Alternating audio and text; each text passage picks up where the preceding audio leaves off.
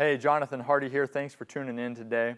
This past Sunday at our church, we showed this testimonial video of this couple who are fairly new to the Lord, and it's one of those stories that we've all seen at our churches where they met, they got acquainted as a couple, then they as they started in their marriage, and shortly after the marriage started getting into church and all of that, and so they've obviously seen a lot of growth spiritually, and as a result, they've seen growth in their marriage as well and in their family, and it was just a really cool story. We've all had those kind of stories.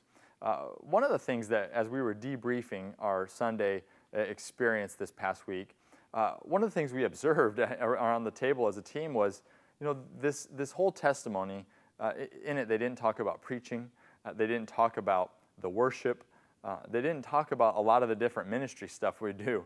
The whole time what they were talking about was their small group and the people that they've connected with. And it really made us think about the important things for people. As pastors, as ministry leaders, we work so hard to make sure that we're hitting the target in our preaching, and we certainly should.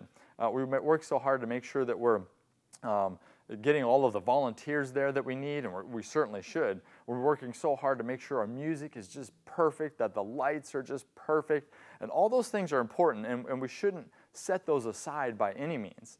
But as you think about the story that we were showing on Sunday and the stories that you know of people, it's connecting with others that's really most important to them.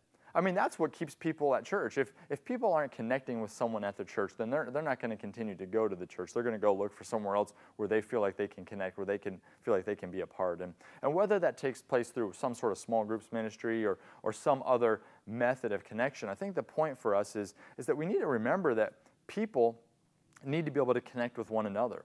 And so whatever area of ministry that you oversee, whether it's volunteers or small groups or various aspects on Sunday, I think it's important to remember that helping people connect is something we need to always keep at the forefront of our minds. We can't ever neglect that. In fact, we need to make that the very first thing we do, because when people feel like they're a part, when they feel like they're connecting, they're going to stay. But more than that, they're going to be growing. They're going to be growing in community with other believers. They're going to be growing in their walk with God. And there's going to be a great amount of fruit that takes place as a result. I mean, that's what discipleship is all about. It's helping people grow in their walk with God, and that takes place so much through the relationships of other people. That's how God's designed the body of Christ.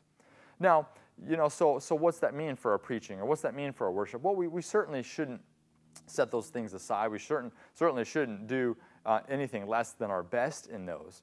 But we also need to make sure that in everything we do, we're thinking about the people and how can we facilitate people connecting together. So whether that's brand new people to your church, or whether that's people who've been at your church for quite some time. I know for us it was just a good wake-up call, kind of a reality check to say, man, this is what's important to the people that are newer in their walk with God. And we always got to remember that as we're continuing, because as pastors, as church leaders, I mean, we've been Christians for decades for some people, but for people who are brand new, they're not necessarily thinking about that, how perfect that message was preached or how perfect that song was sung. They're thinking about the people that they can connect with that are similar to them, and that they can grow together. So I hope that's encouragement for you today. I hope that gives you some things to think about as it relates to your ministry at wherever you find yourself.